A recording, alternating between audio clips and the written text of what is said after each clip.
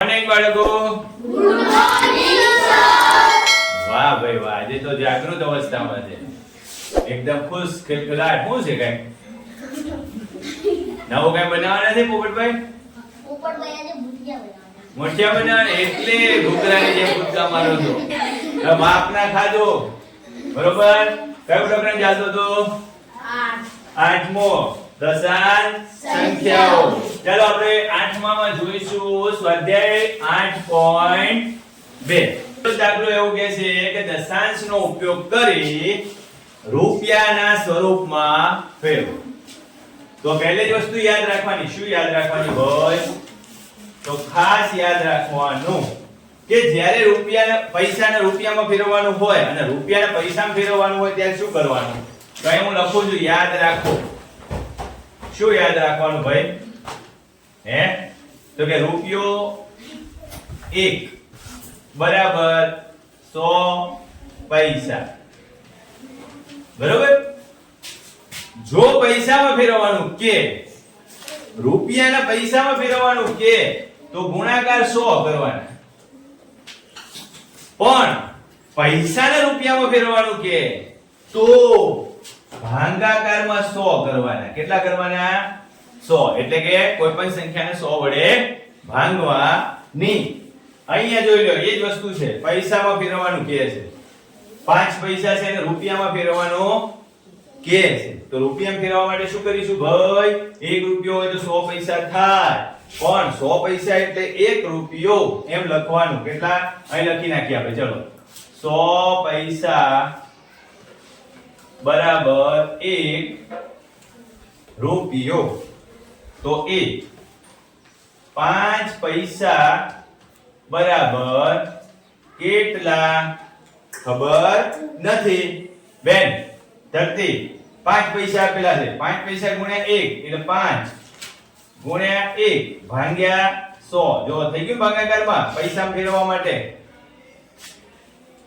Sorry રૂપિયામાં ફેરવવા માટે તો 5 વડે ભાગાકાર, 100 વડે ભાગાકાર કરીએ એટલે 0.05 રૂપિયા એવું લખવાનું. ચાલો બીજો દાખલો. બી અવાજ નહીં. બી 75 પૈસા એવું લખેલું છે. મેં પહેલા શું લખ્યું ભાઈ? કે 1 રૂપિયો બરાબર, સોરી 100 પૈસા બરાબર 1 રૂપિયો. તો 75 પૈસા બરાબર કેટલા રૂપિયા?